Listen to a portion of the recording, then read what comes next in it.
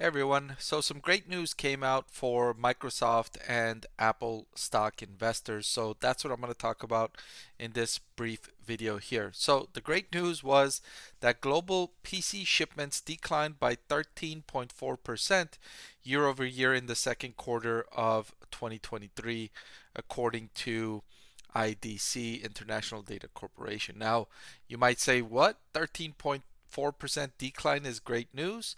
And I would say yes, because in the first quarter of 2023, global PC shipments declined by nearly 30%. So falling by just 13% in the second quarter is a dramatic improvement, one that I thought would take longer. Remember, people bought a lot of computers in 2020 and 2021 because remember, we had to work from home and learn from home. And so if you didn't already have a home office, you needed to build one and add a computer.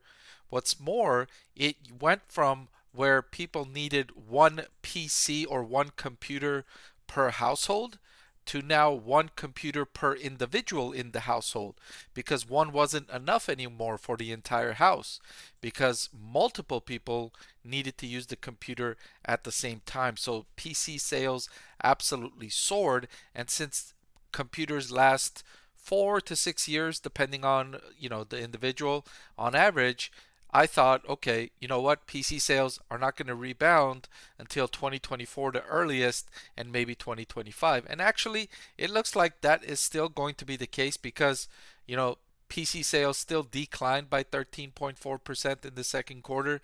I wouldn't be surprised, for the reason I just mentioned, if PC sales continue to decline in the third and fourth quarter.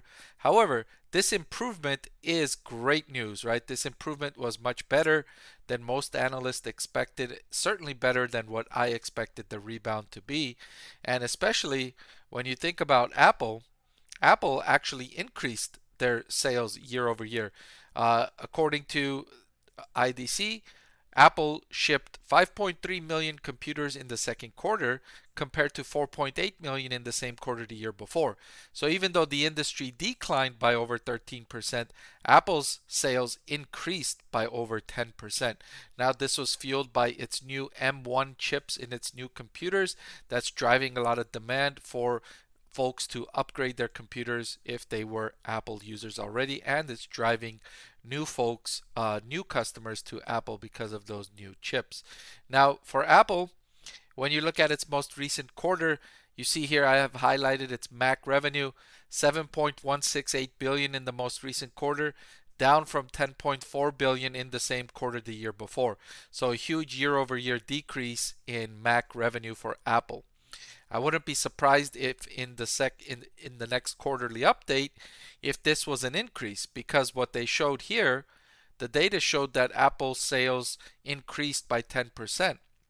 So I wouldn't be surprised if there's a jump, if this decline of 3 billion turns into an increase of, let's say, 10% roughly, given that that's what the data showed, a 10% increase in sales for Mac. So certainly great news for Apple, turning this pain point for Apple into a positive for Apple.